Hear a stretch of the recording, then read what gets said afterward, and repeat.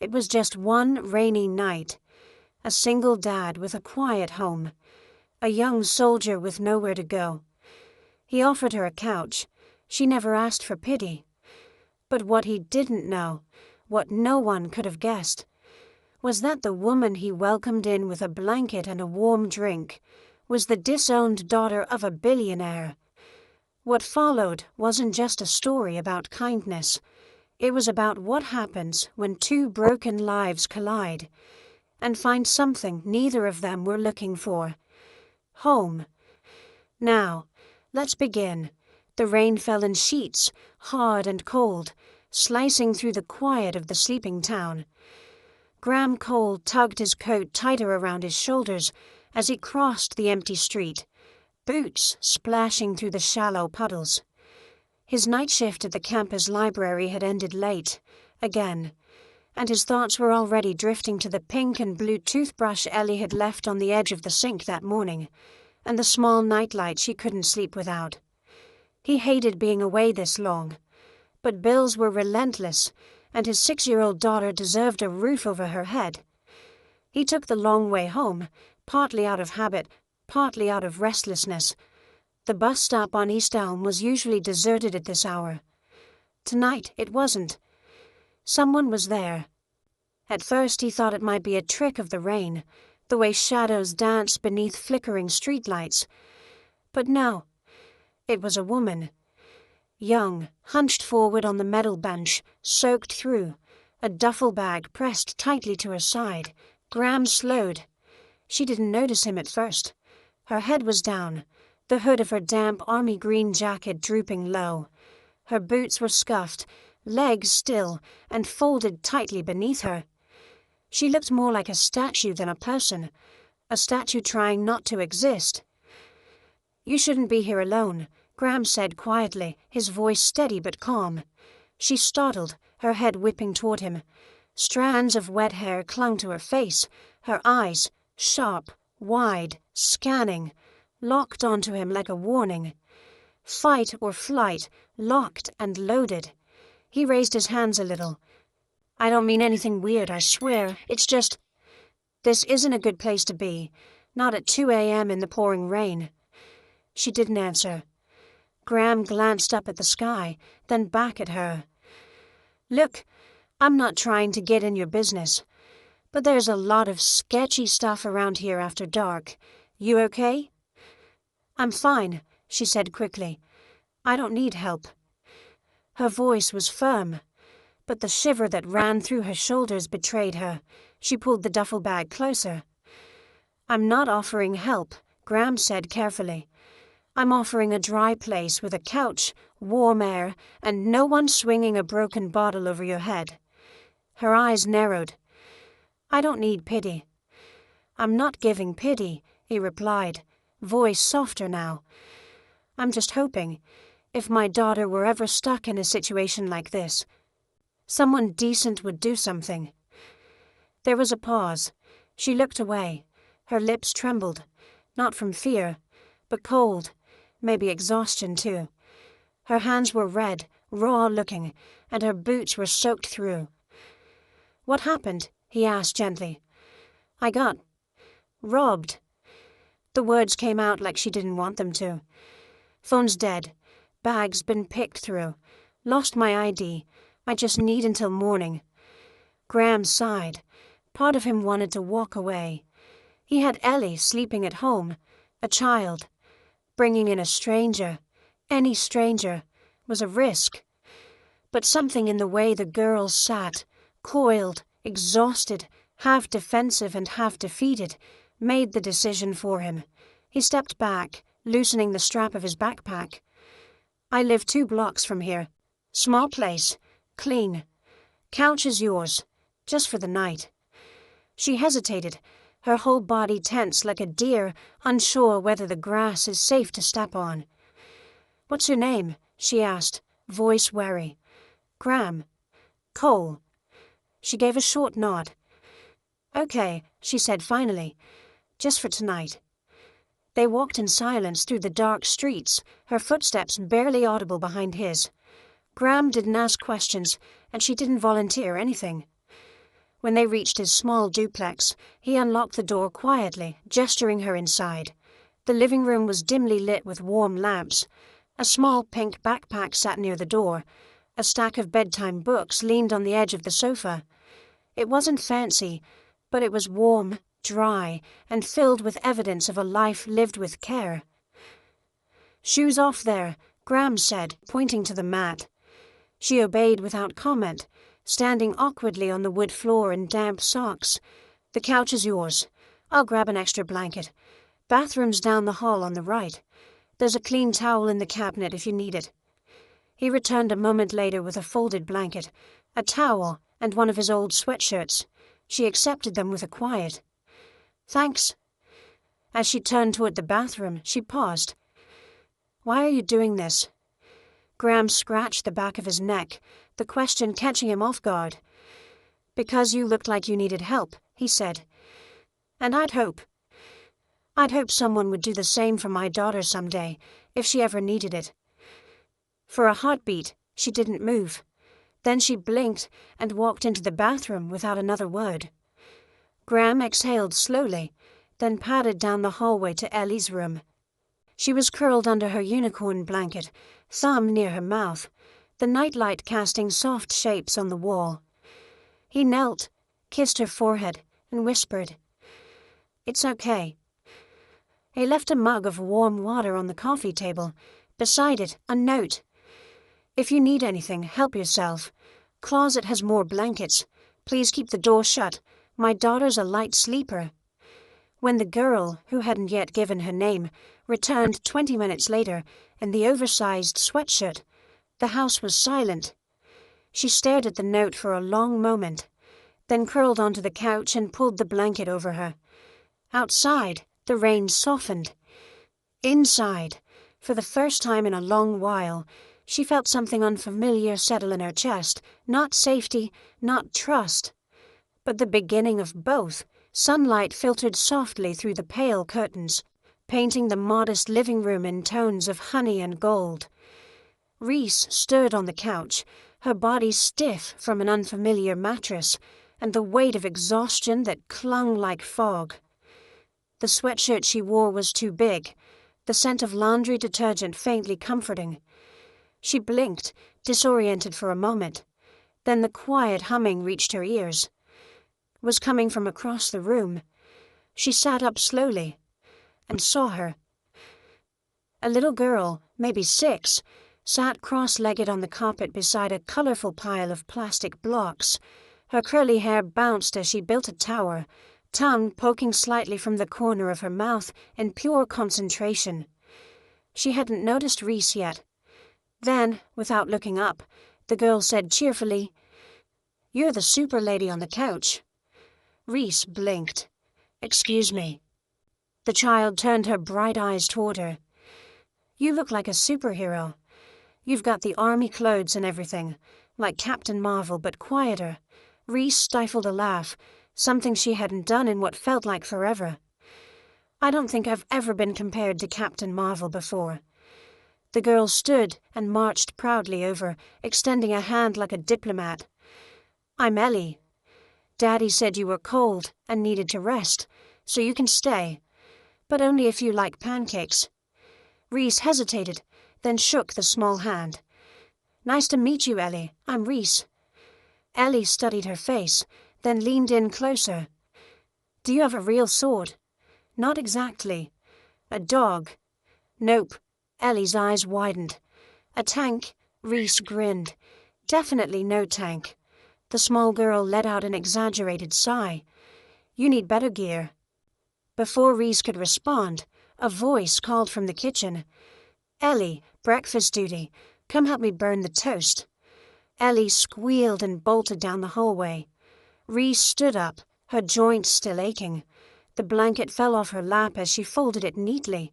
Her eyes landed on the note still sitting on the coffee table beside the now empty mug. "If you need anything, help yourself. Closet has more blankets. Please keep the door shut. My daughter's a light sleeper." Something about that line sat heavy in her chest. It wasn't just the kindness, it was the unspoken trust. This man hadn't asked where she came from, hadn't demanded answers or explanations. He'd simply offered warmth and space, without price or pretense. In a life where everything had always come with conditions, that was jarring.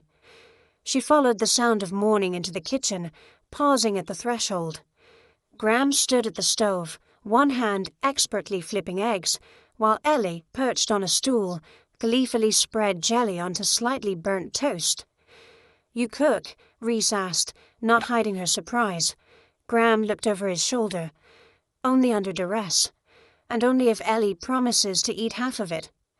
Rhys chuckled. "Need help?" "You're our guest," he said, "but if you insist, I won't stop you from buttering toast number 2. Rhys stepped forward, picked up the knife and hesitated. "I should probably admit I'm not great at this sort of thing."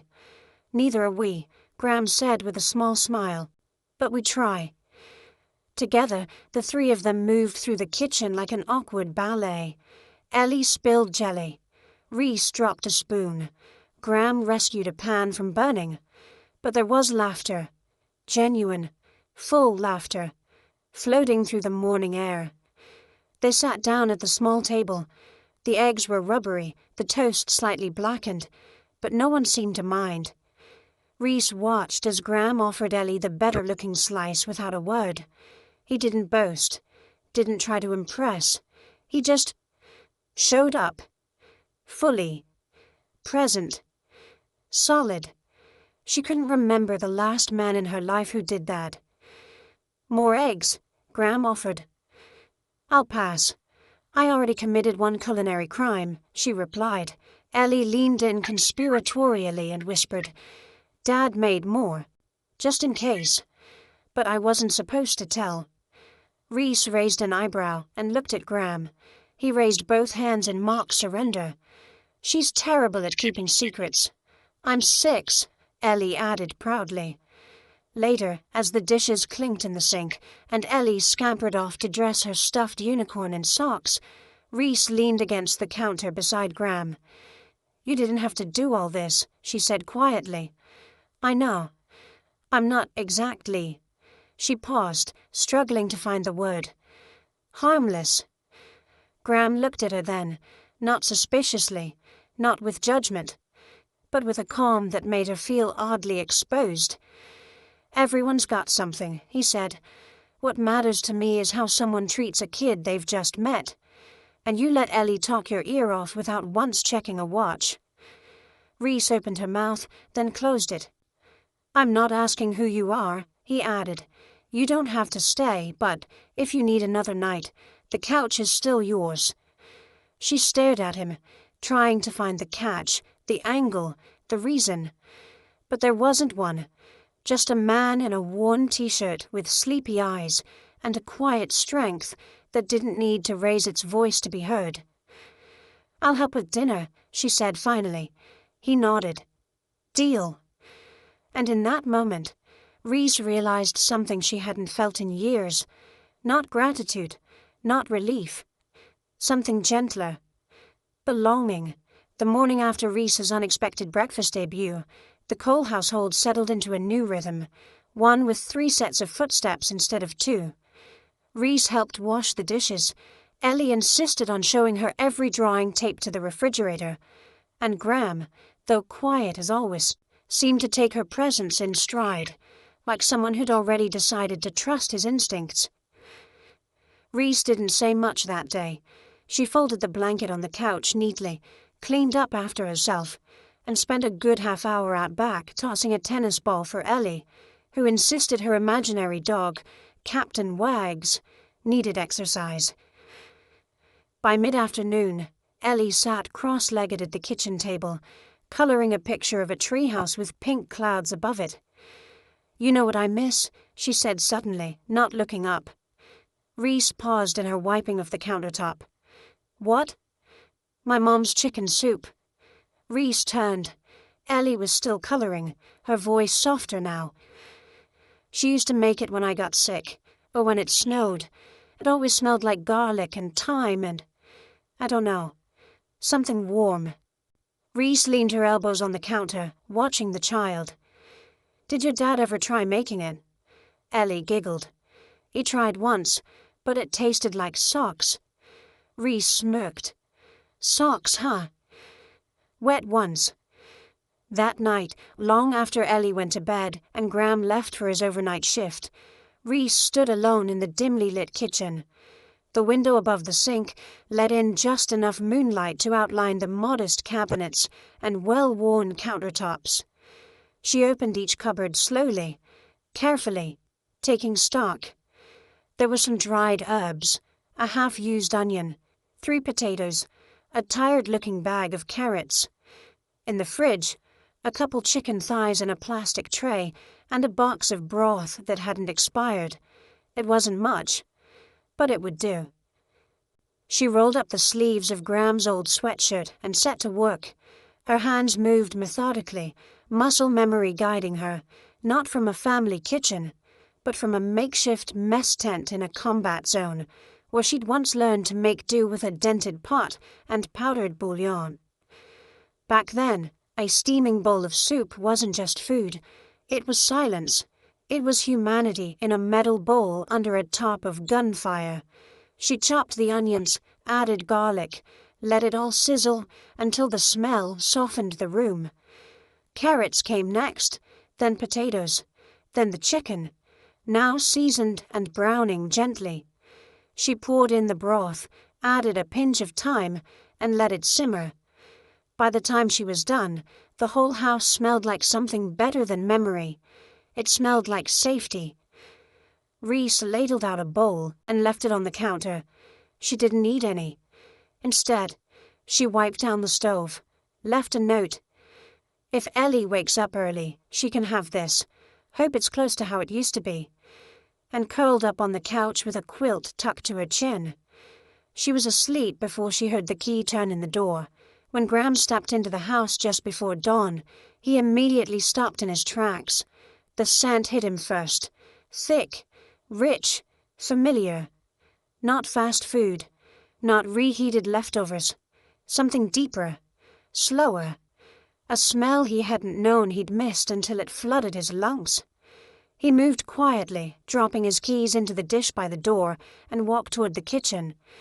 There, on the counter, sat a small pot with steam still rising, and beside it, a sticky note in neat, blocky letters.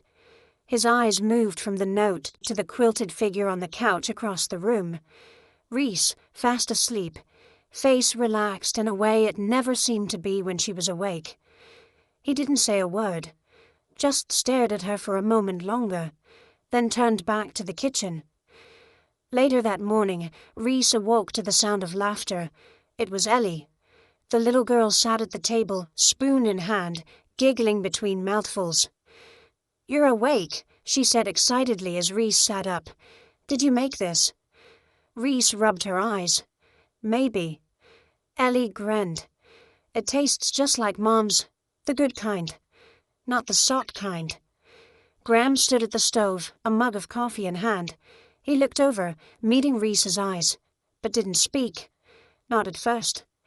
Then he said simply, "Thank you." Reese opened her mouth to deflect, to make a joke, but his tone stopped her. It wasn't just gratitude for soup, it was something deeper. A moment of stillness passed between them, not awkward, not urgent, just full. Ellie, oblivious, said, "Dad had 2 bowls. I think he liked it even more than me." "I didn't," Graham muttered behind his coffee mug. "You totally did," Ellie said with a grin. Reese laughed, and for the first time in weeks, it didn't sound like something scraped from her throat. After breakfast, while Ellie built a puzzle on the floor, Graham stepped over and stood beside Reese at the sink. "She hasn't talked about her mom's cooking in a long time," he said quietly. Reese kept her eyes on the sponge in her hand. "It wasn't much, just something I remembered from base. Well, whatever it was, it mattered." He turned and walked away before she could reply, and in the silence that followed, Reese felt a shift, not in the air, but in herself. A sense that maybe, just maybe, this wasn't temporary, that maybe belonging didn't always need a last name, or a title, or a key. Sometimes it just started with soup. The morning after the soup, something had shifted in the air. Not drastically, no declarations, no sudden embraces, but in quiet glances and lighter footsteps. Rhys helped pack Ellie's lunch, folding the sandwich wrapper with careful hands. Graham refilled her coffee without asking. Ellie drew a picture of the three of them standing under a tree with the words, "My safe people," scribbled underneath in pink crayon. And for the first time in longer than she cared to admit, Rhys didn't feel like she was standing on the edge of somewhere. She felt, however temporarily, inside. Later that day, while folding laundry in the living room, Graham reached into the laundry basket and pulled out a sweatshirt Rhys had left on the back of the chair. As he shook it out, something fell from the inside pocket and fluttered to the ground. It was a folded paper, slightly worn. Military standard cardstock. He bent to pick it up. It was a discharge summary. Nothing classified, just the basics: name, rank, unit. As his eyes scanned the top line, they landed on one word that made his hand still. Harrington. Rhys A. Harrington. Graham's brows tightened. He knew that name. Not from the military, not from any unit or local file. From television, news headlines, magazines. Winston Harrington, the real estate mogul turned political financier, was everywhere. Big deals, bigger ego, private jets, and louder opinions. A man who had made enemies, and headlines in equal measure. And the last he'd heard, his only daughter had vanished after leaving college mid-semester.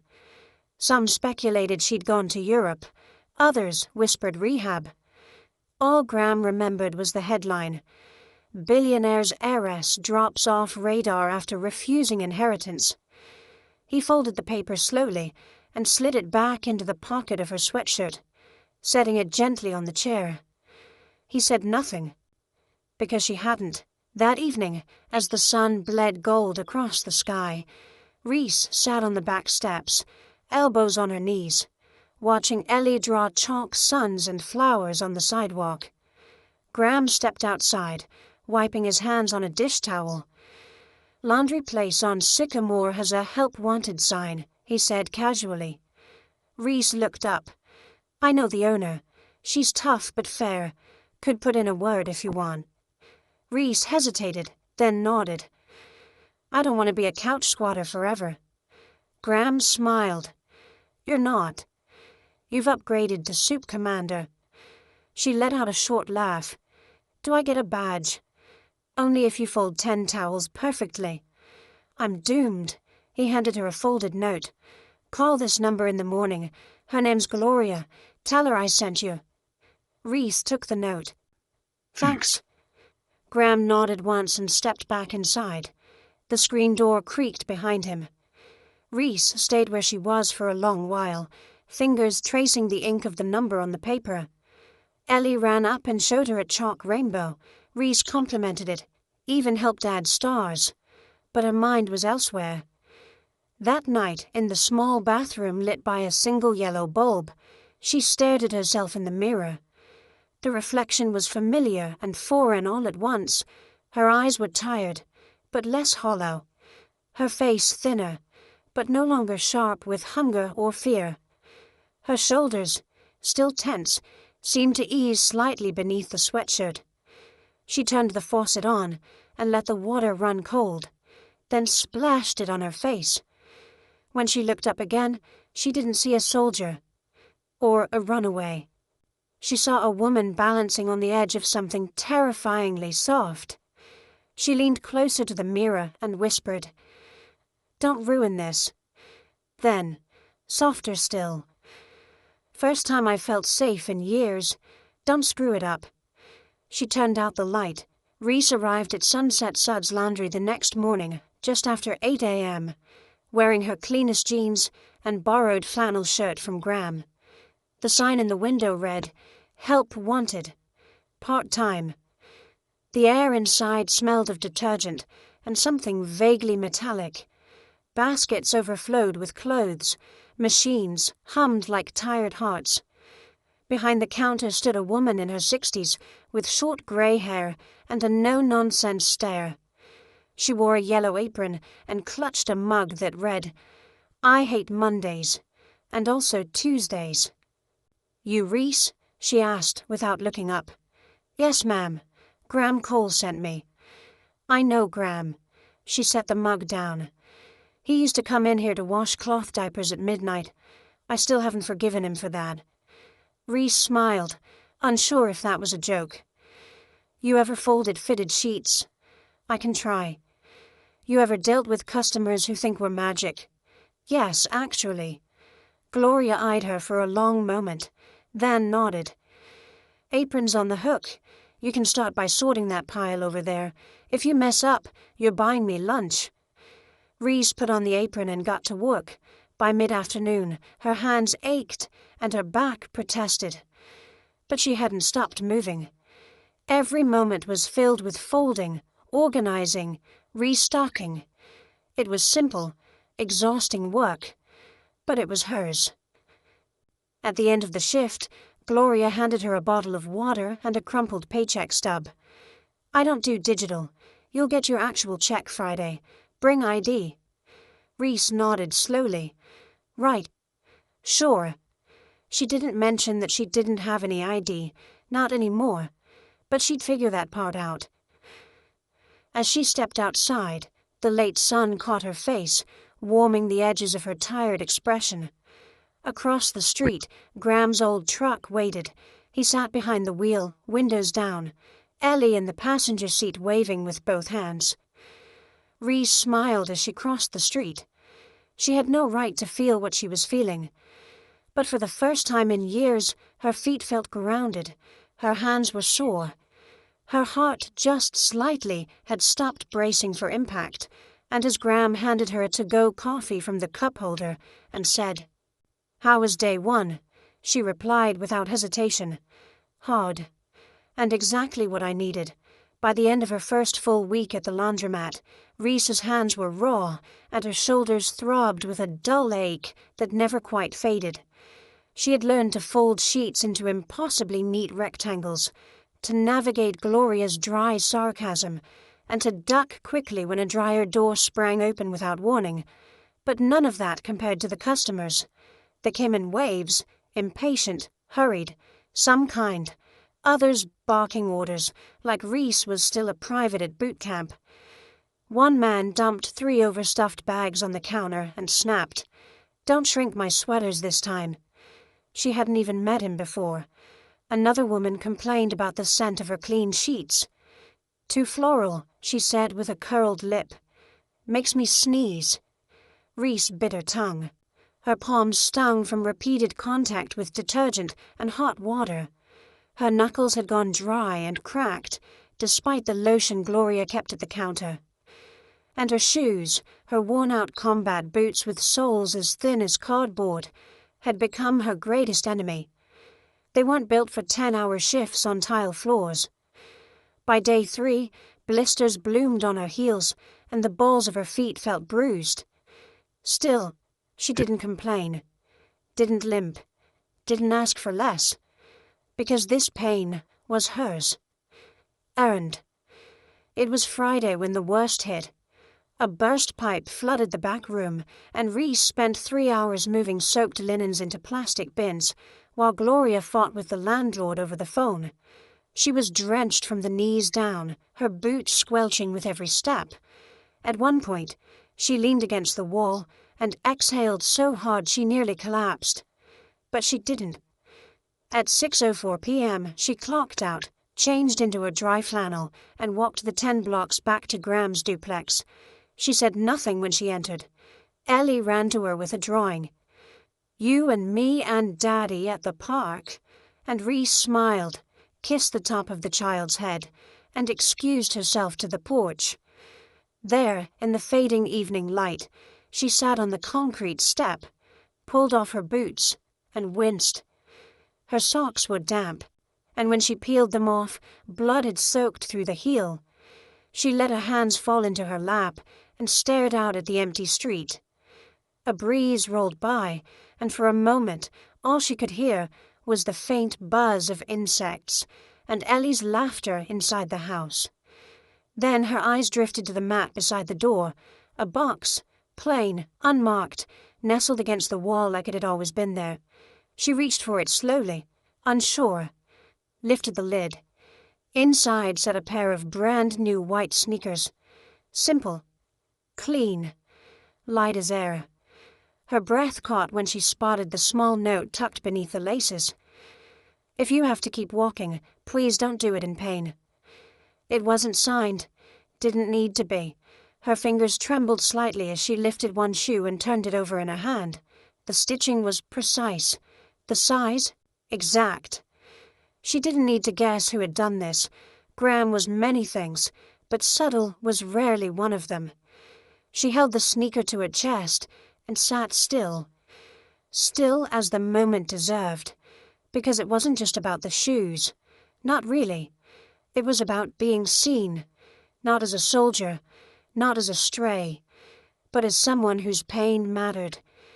Tears pricked the corners of her eyes, sharp and sudden. She hadn't cried in so long she'd almost forgotten how. She didn't weep. Not the way she had after boot camp or the night she left home for good. But she let a few tears fall.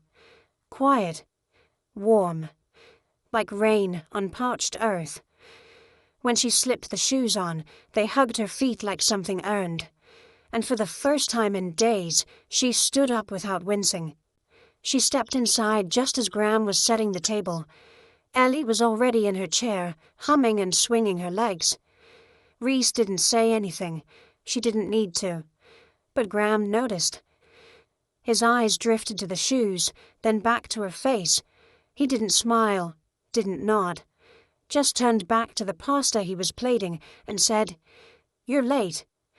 "Traffic," she replied, deadpan. "Uh-huh, from the laundromat 3 blocks away?" "Rush hour, brutal." Ellie giggled and held up a fork like a sword. "To battle, brave warriors." Reese laughed, shaking her head. "You've been watching too many cartoons." As they sat down to eat, the smell of garlic and basil filling the space between them, Reese felt something shift inside her. A small rearranging of weight. A slow, steady release of something she didn't even realize she'd been holding. The sneakers weren't made of magic. They wouldn't fix everything. But they meant something. A man who didn't owe her anything had noticed she was hurting, and done something about it. Quietly, without needing thanks or attention. That kind of kindness didn't announce itself. It waited. It watched. It chose moments like this, after dinner, as Ellie built a Lego spaceship on the living room floor and Graham washed dishes. Reese stood by the kitchen doorway, her hands in her sweatshirt pockets. "I got the shoes," she said, almost too softly to be heard. Graham didn't look up. "What shoes?" Reese smiled. "The invisible ones. Real stealth." He turned off the faucet and dried his hands. "You needed them." "I did." A beat passed. "Thank you," she said, voice thick but steady. He nodded once. "You're welcome." She went to join Ellie on the floor, stretching her legs, folding into the space as if it belonged to her. Because tonight, maybe it did, the laundromat was quieter than usual that Thursday afternoon. Rain tapped against the windows, steady and rhythmic, like a soft drum beat, keeping time with Reese's thoughts. She worked alone that day. Gloria had gone to visit her sister in Omaha, so the space felt larger, emptier. The scent of detergent mingled with the storm air sneaking through the cracked window above the folding table. Reese didn't mind the solitude. Folding towels, smoothing corners, stacking neatly by color. It gave her mind something steady to hold on to. Something that made sense. She was leaning over a bin of freshly laundered linens when she heard the faint clink of metal on tile. She glanced down. There, half hidden beneath a dish rack, lay her gold necklace. Her breath caught. It had slipped from her sweatshirt pocket, where she always kept it tucked, close to her heart, but hidden. The chain was delicate, the pendant even more so. A small, filigreed locket in the shape of a compass. On the back was an engraving that read, "Never forget where you came from." She stooped to retrieve it, but Graham's hand got there first. He was standing in the doorway, having walked in so quietly she hadn't heard him over the whir of the dryers. He held the necklace in his open palm, expression unreadable. His eyes were on the pendant. She saw the exact moment his jaw shifted, recognition flickering behind his gaze. "You dropped this," he said, voice low. Reese took it slowly, her fingers brushing his. The air between them changed, denser somehow. She closed her hand around the necklace, pulse quickening. "It's just a piece of jewelry," she said too quickly. "No, it's not," Graham replied, voice steady but quieter now.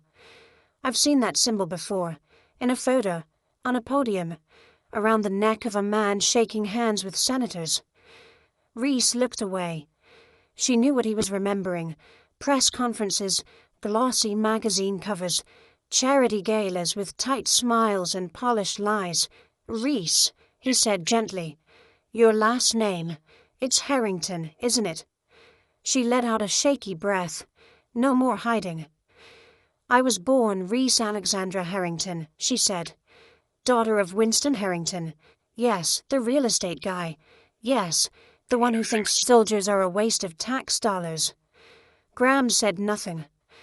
"I left home at 19, she continued, her voice steadier now, but her fingers clenched the necklace like a lifeline. "He gave me an ultimatum. College and debutante balls or nothing. I chose nothing. Joined the army 3 weeks later." She met his gaze. "Haven't spoken to him since." Graham still said nothing, but his eyes hadn't left hers. "I don't tell people," she added, "not just because of him, but because people look at me differently once they know. They expect I'm running from something scandalous, or worse, pretending to be someone I'm not." Her voice softened.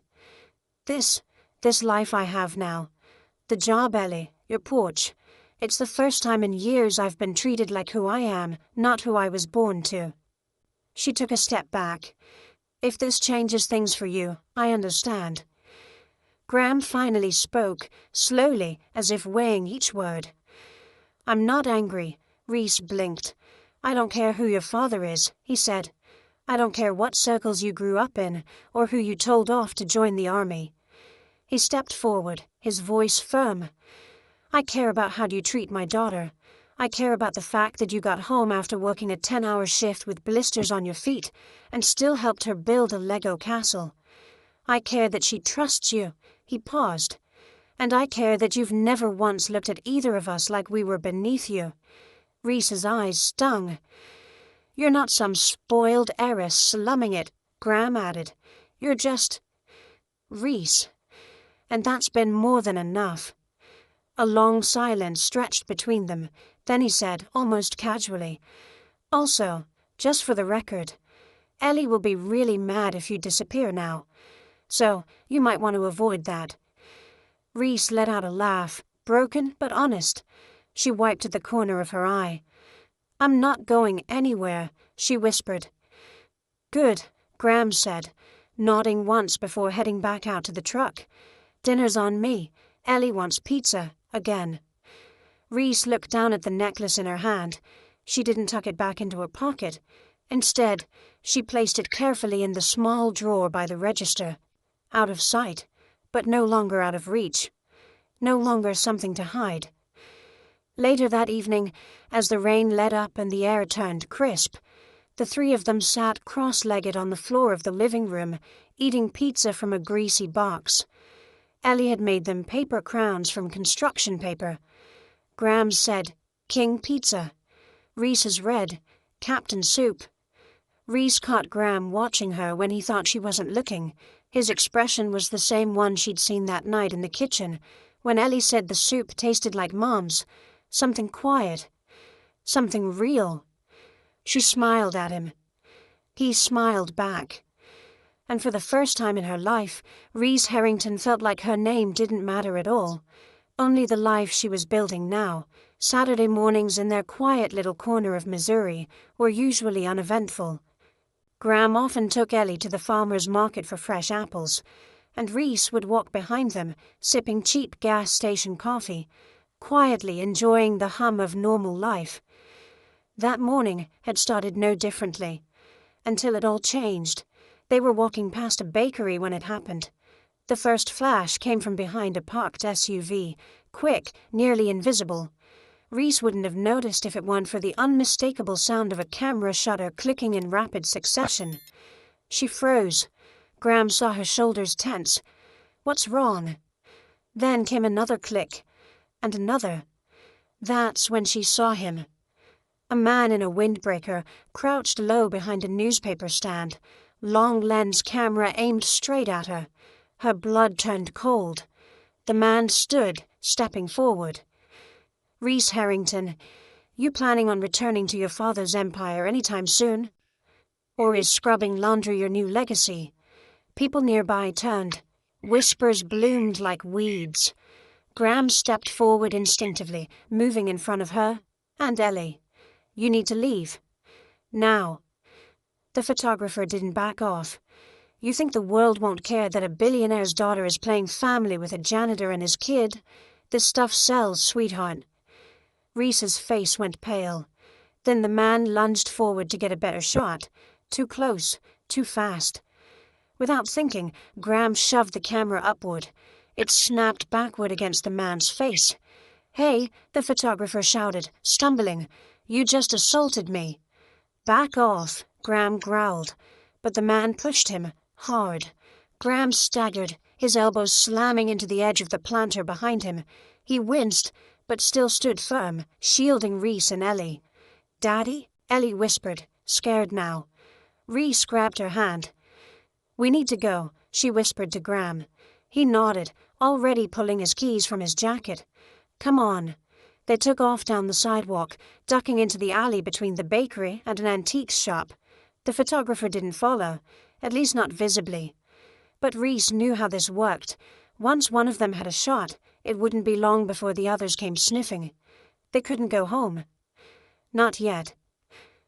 They dropped Ellie off at Mrs. Ramirez's house, a kind, retired schoolteacher who lived 2 doors down and treated Ellie like a granddaughter.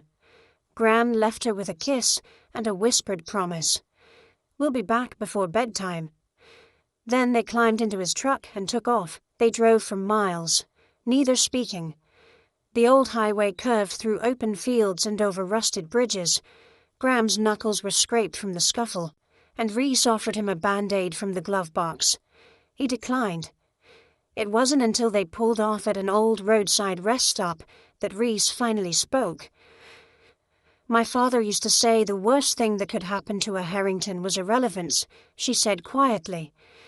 "He believed being ordinary was failure. That if people weren't watching you, you were nothing." Graham leaned back against the driver's seat, letting her talk. "When I told him I wanted to enlist, he said I was throwing away my bloodline. He told me soldiers were pawns, replaceable. He actually used that word."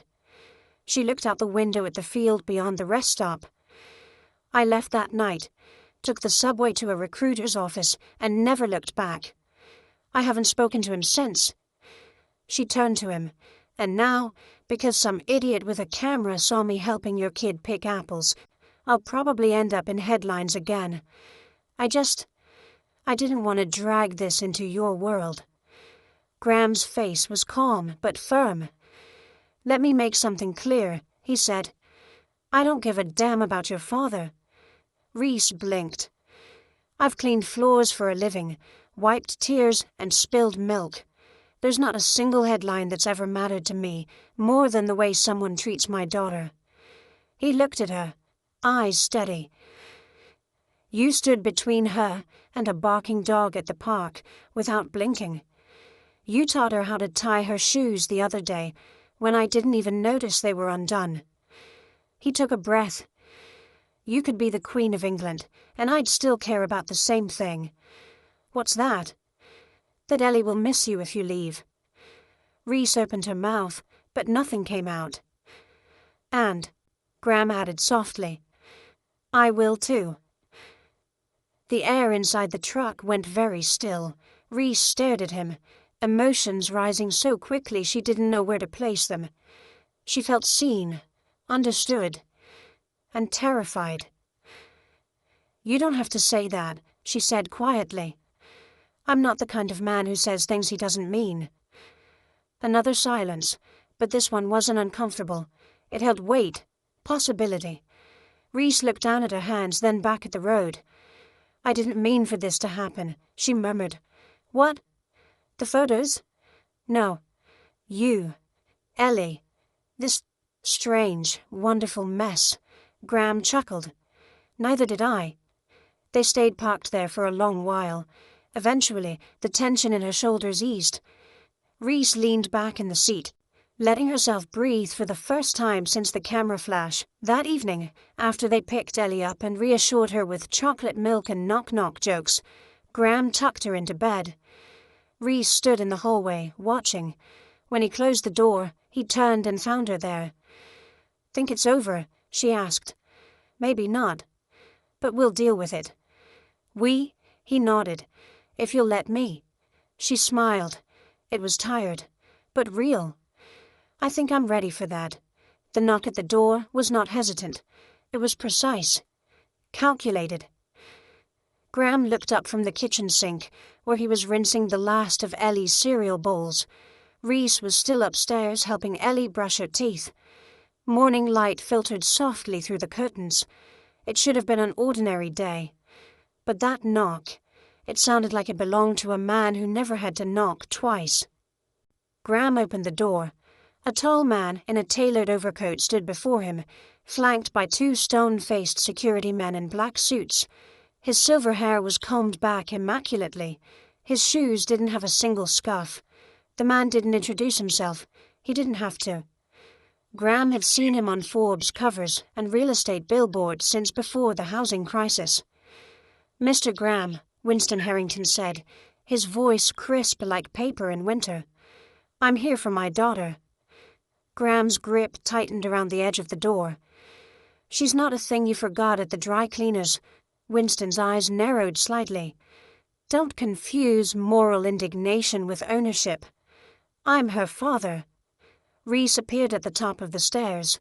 Her eyes locked on the man at the door, and for the first time since Graham had met her, she looked small. Not weak, just wounded. Like someone who had spent years building armor, only to find the enemy had brought the one weapon that could pierce through it. Dad, she said, descending slowly. Winston glanced around the living room. His eyes lingered on the fading carpet, the scuffed coffee table, the worn bookshelf with Ellie's drawings taped to the side. This is what you traded your inheritance for, he said with a sneer. A fixer-upper and a mop in your hand. Reese winced. You didn't come here to insult my choices. No, he said. I came to remind you who you are. You're a Harrington. You don't belong here playing house with a janitor and his daughter. Graham stiffened, but said nothing. Winston stepped inside without invitation. His voice grew colder. You've made your point, Reese. You wanted to punish me. You've done it. The tabloids have had their fill. Now let's go. I didn't ask them to come, she replied. I never asked for any of this. Winston's gaze sharpened. I've already arranged a car. We'll stop in Chicago for the night. You can be home in Manhattan by morning. There's still time to salvage your name. Reese's throat tightened. Behind her, Graham stood still. Quiet. Unmoving. But his face... She didn't need him to speak to know what he was feeling. Shame. Not of her, but because he had just been reduced to a janitor in front of the woman he was beginning to love. I don't want to go back, she whispered. Winston's voice softened. Dangerously so. You don't belong in this world, Reese.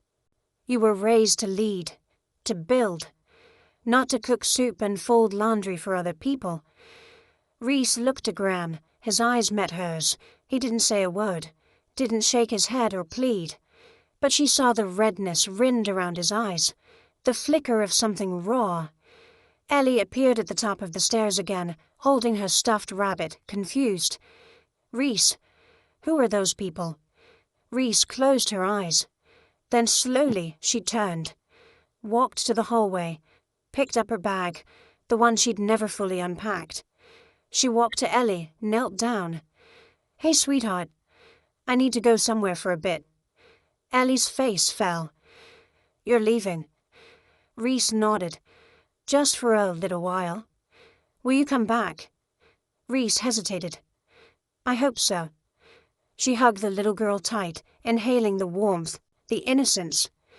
Then she descended the stairs again, walked past Graham, paused for half a heartbeat.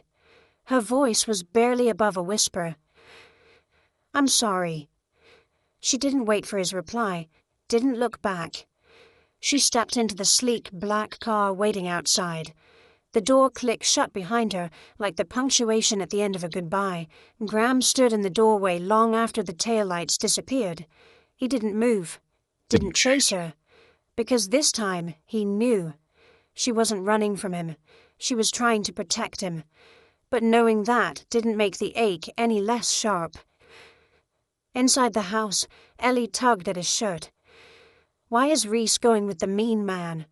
Graham crouched beside her, smoothing her hair.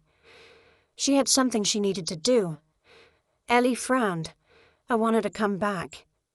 He swallowed the lump in his throat. "Me too, bug." Then he stood, went to the sink, turned on the water, and let it run. Not to rinse dishes, just for the sound. So Ellie wouldn't hear him cry. It started with a cough, then another. Ellie had been a little warm the night before, but Graham thought it was just a passing cold. She'd even insisted on wearing her Super Bunny pajamas and reading her favorite bedtime story for the 5th night in a row. By morning, everything changed. Her cheeks were flushed with fever, and her small body trembled. She clung to Graham, her breaths shallow and fast. The thermometer blinked a frightening 104.3 degrees forth. Within the hour, they were at the emergency room. Machines beeped softly. IV lines were threaded carefully into Ellie's arm. Nurses moved quickly, efficiently. Graham sat beside the bed, holding her tiny hand in both of his, trying to stay strong. Inside, he was unraveling. They ran tests, a chest X-ray, blood work. The doctor used long words. Potential pneumonia, aggressive viral infection, need to monitor closely. Graham nodded through it all, pretending to understand. Then came the nurse with the clipboard. "Mr. Graham, your insurance only covers partial pediatric hospitalization. The overnight care, diagnostics, and medication will come out of pocket." "How much?" he asked, voice dry. She hesitated. "About 2,800 up front." Graham stared at the number. He didn't have it. Not even close. He mumbled something about trying to move funds. The nurse gave him a strained, sympathetic smile. "You can step outside to the billing desk when you're ready." But he didn't move. He just sat there, holding Ellie's hand as she slept fitfully. Tubes taped to her wrist, her forehead still too warm. Outside the window, rain began to fall. It was a quiet, drumming rain, the kind that somehow made everything feel lonelier. Then, footsteps. Not rushed, not loud. Measured. Familiar. Graham looked up as the door creaked open. There she was. Soaked from head to toe, her hair darkened by rain, jacket clinging to her shoulders. Her eyes locked onto his, then drifted to Ellie. She didn't say a word to him. She turned to the nurse at the doorway, her voice clear and unwavering. "Please charge all current and upcoming medical expenses for the child to my name," Rhys said. "Now. Immediately." The nurse blinked. I'm not sure we can..." Rhys pulled out her ID and a sleek black credit card. "My name is Rhys Alexandra Harrington, daughter of Winston Harrington. You can verify my identity with the billing desk, but do it after you secure her care." The nurse nodded, stunned, and rushed out. Rhys stepped fully into the room, closing the door behind her. Graham stood, too overwhelmed to speak. "Rhys," he started, voice hoarse. She took a shaky breath, water still dripping from her sleeves. "I saw a picture of you and Ellie at the market, online. I was in Manhattan, sipping coffee, trying to pretend the penthouse didn't feel like a coffin. And then I saw her smile." She stepped closer to the bed. "I booked a flight that afternoon." He looked down at Ellie, who stirred lightly, then back at her. "You didn't have to do this," he said, barely above a whisper. "I know. Winston didn't send you. I left him. For good. For real this time." Graham frowned. "He'll freeze your accounts. He already did. But I had one he didn't know about, from the army. Combat pay and bonuses. Not much for someone like him, but enough for her." He shook his head. "You don't owe us anything." "I'm not here because I owe you," she said softly. "No one made me come. No one forced me to walk through that door." She looked directly at him. "I chose to." Silence, heavy, honest, full of meaning. She stepped closer, gently brushing a wet strand of hair from Ellie's forehead. "She's strong." "So are you," he said. She smiled, but her eyes glistened. "I was terrified you wouldn't let me back in." "I almost didn't," he admitted. "I told myself I was done hoping. And now?" He looked at her, then to Ellie again. "She never stopped asking when you'd come back." Rhys closed her eyes, the weight of it all catching up to her. "I should have fought harder," she whispered. "No," Graham said. "You did what you thought was right. I just wish you'd trusted me enough to stay." "I do now." He pulled out a chair beside him, offering it without a word. She sat. Together, they watched the steady rise and fall of Ellie's chest. The beeping of the monitor softened, rhythmic like a lullaby. Graham leaned in close, his voice just above a whisper. "I was scared," he said. "Of what?" "That you'd choose your name over your heart." Rhys shook her head. "I've spent my whole life trying to outrun that name. I'm tired of running." They sat in silence after that, hands folded in their laps, sharing warmth not from touch, but from presence. Outside, the rain began to ease. Inside, a little girl slept under warm blankets, with two people finally beginning to understand what love, real, unconditional love, might actually look like. The house was quiet again. Not the kind of silence that came from absence or grief, but the kind born from peace. Ellie had been discharged 2 days earlier, still a little pale, but full of sass and giggles. Graham had carried her inside wrapped in a blanket like a burrito, to which she'd declared, "I'm your spicy bean now," and demanded hot chocolate with extra marshmallows. That evening, the house smelled of cinnamon toast and safety. Rhys stood at the kitchen sink drying mugs, while Graham rinsed out the pot from dinner. A small radio hummed softly on the windowsill, playing old jazz, Ellie's new favorite, thanks to an animated movie she watched on repeat during recovery. Outside, snow began to fall, not a blizzard, just gentle flakes that tapped against the window like fingers asking to be let in. Rhys's fingers brushed the rim of her mug. "When I was little," she said, her voice light but full of gravity, "I thought family meant something big." Graham looked up. She smiled faintly, eyes distant. "Big cars, big staircases, long dining tables with polished silver, staff who ironed napkins and folded towels like swans." She set the mug down and leaned her hip against the counter. "We had everything money could buy, but no one ever looked you in the eye when they said your name. Love came with terms, praise came with conditions." She paused. "I think I used to believe that was just how life worked, that you earned your place, even at your own table." Graham dried his hands on a towel, waiting. He never rushed her. She turned to him. But when I got here, the first night, you didn't even ask for my name. You just handed me a blanket and warned me your daughter snored like a baby bear. He chuckled. She does. Reese nodded, smiling. And when I found the sneakers, you didn't leave a signature or ask for thanks. Just a note. So you don't have to walk in pain.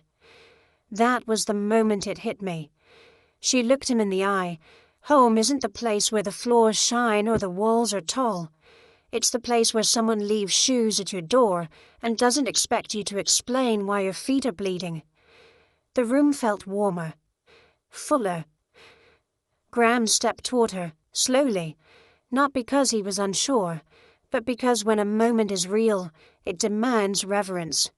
He reached for her hand, his thumb gently brushing hers. "If you don't have a place to go back to," he said, voice deep and even, "this one's always open." Reese's breath caught in her throat. "Are you sure?" she asked. "I've never been more sure of anything." She looked down at their joined hands, then to the kitchen table, small, scarred with years of breakfasts and coloring sessions, and beyond that, to the hallway where Ellie had taped her latest drawing of a family tree. Reese's name was now in one of the branches, scribbled in blue crayon. Reese blinked fast. "Do you ever get used to it?" "To what?" "To being loved without earning it." Graham shook his head slowly. "No, but you start believing you deserve it." A quiet minute passed. Then Reese pulled something from her coat pocket, a small, folded letter. She handed it to him. "What's this?" he asked. "My resignation," she said. "From being Winston Harrington's project, from trying to prove I'm worthy of love by earning headlines or medals." Graham unfolded the note. It was blank inside. Reese shrugged. "Didn't feel like writing more. Thought I'd let my actions speak." He grinned. "They're loud enough." They sat at the table, side by side, elbows touching. Reese took a deep breath. "I still don't know what happens next," she admitted. "You don't have to," he said. "This place doesn't come with a rule book, just warmth, honesty, and the occasional cereal for dinner night." She laughed, a sound that, until recently, had felt foreign coming from her own mouth. "Can I make one promise?" she asked. "Of course." "I'll never walk away again without fighting first." He nodded. "Fair. And I'll try not to assume every goodbye is forever." They sat in companionable silence, the kind that only comes when words aren't needed to fill space, just presence. Then Ellie padded into the kitchen, hair a messy halo, stuffed bunny in one arm. Reese turned. "Yeah, kiddo. Do families have to match?" Reese blinked. "Match? Like, do they all have to be born together?" Graham smiled. "No, bug. Sometimes families are built, not born." Ellie considered that, then climbed into Reese's lap without asking. "I'm glad you're built with us," she mumbled sleepily. Reese wrapped her arms around her and whispered, "Me too, baby bear. Me too." Outside, the snow kept falling. Inside, a woman who had once believed her name was a burden sat in a warm kitchen, holding a child who had chosen her, crayon drawing and all. And for the first time in her life, Reese Harrington knew exactly where she belonged. The park buzzed with life that Sunday morning, the kind of gentle energy only a small-town weekend could conjure. Children played near the gazebo. Couples walked dogs with matching sweaters, and laughter drifted between the breeze and the scent of freshly brewed coffee. Nestled between two tall oaks was a cozy little wooden stand, painted a cheerful robin's egg blue, with hand-painted signs that read, "Home brew and hope. Coffee. Comfort. Community." The name had been Ellie's idea. "It sounds like hugs in a cup," she'd declared. Graham had built the booth himself from old reclaimed wood, sanding each corner and staining it until the grain shimmered like honey. Reese hand-lettered the menu signs. Ellie decorated everything with crayon stars and glitter stickers, then insisted on giving out free smiles to anyone who didn't buy something. No one left empty-handed. Inside the stand, Reese pulled a tray of cinnamon scones from the tiny oven, her apron dusted with flour and warmth. Graham stood at the espresso machine, humming an old Sinatra tune, carefully steaming milk for a regular's latte. 2 oat lattes and a smiley sticker, please, Ellie chirped, handing the drinks to a young couple who laughed and promised to come back next week. Reese wiped her brow and smiled. She still wore her army dog tags, but now they hung beside a tiny gold pendant Graham had given her last week. A charm shaped like a house, no bigger than a dime. Rain began to fall lightly, just mist at first, then thicker. No one ran. People huddled under trees or opened umbrellas. The air smelled like earth and sugar. Reese stepped outside the booth with a tray of warm banana bread slices. "Free samples," she called. A few people clapped. Someone played a ukulele near the park bench. A dog barked joyfully. Reese came back inside, cheeks flushed from the cold. Graham handed her a steaming mug. "Vanilla chai, extra cinnamon," he said. "You spoil me," she teased. "You work harder than me." "You wash more dishes," he grinned. "Fair point." They leaned against the back wall of the stand, watching Ellie twirl in the rain with the sticker stuck to her forehead that read, "Be kind, or be coffee deprived." Reese took a sip, then spoke softly. "You know," she said, "there were days in the military where I felt more alone than I ever admitted.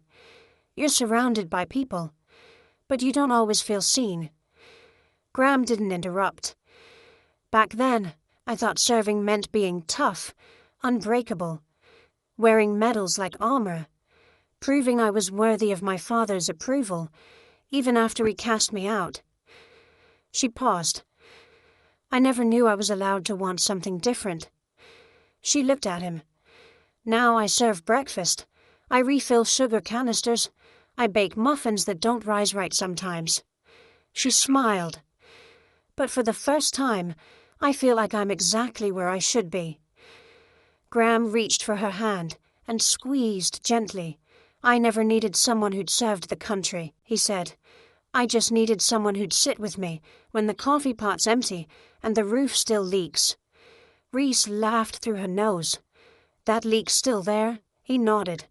"But I think Ellie put a rainbow sticker over it." She grinned. "Then we're good." A little while later, when the rain had slowed to a drizzle and most customers had gone home, Reese locked up the till while Gran packed away the pastry trays. Ellie sat cross-legged on the booth counter, swinging her legs and licking whipped cream from a plastic spoon. Reese glanced at the park, empty now, except for a lone jogger and a pair of teens walking under one umbrella. "Do you ever think about how close we came to missing this?" she asked. "Every day," Graham said without hesitation. "I could have stayed in Manhattan, married some polished banker, opened an art gallery I didn't care about. I could have ignored you at the bus stop, but you didn't," she whispered.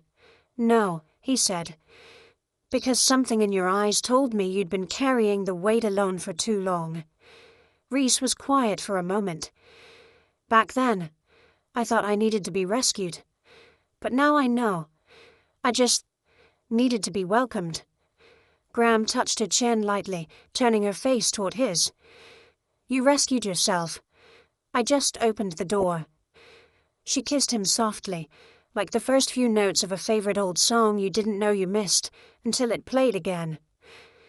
When they pulled apart, Ellie clapped, kissing again. Yay! Reese rolled her eyes. "You're a menace." "I'm your menace," Ellie replied, proudly. They finished closing up the booth. Graham clicked off the lights, and Reese folded the chairs. Ellie wrapped leftover cookies into napkins for the neighborhood dogs.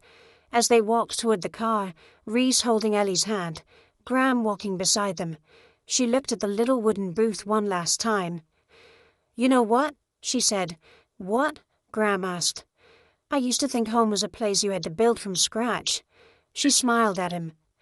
But maybe it's just the place where someone keeps the porch light on for you. He didn't respond right away. He simply unlocked the car and opened the door for her. As she slid in, her heart full, Graham looked up at the fading grey sky and whispered words he hadn't said aloud, until now. I never needed a palace. I just needed someone to knock on my door. And this time, stay. And someone finally had. Final message. Family isn't where you're born. It's where someone waits for you to return. Unconditional kindness can heal wounds money will never reach.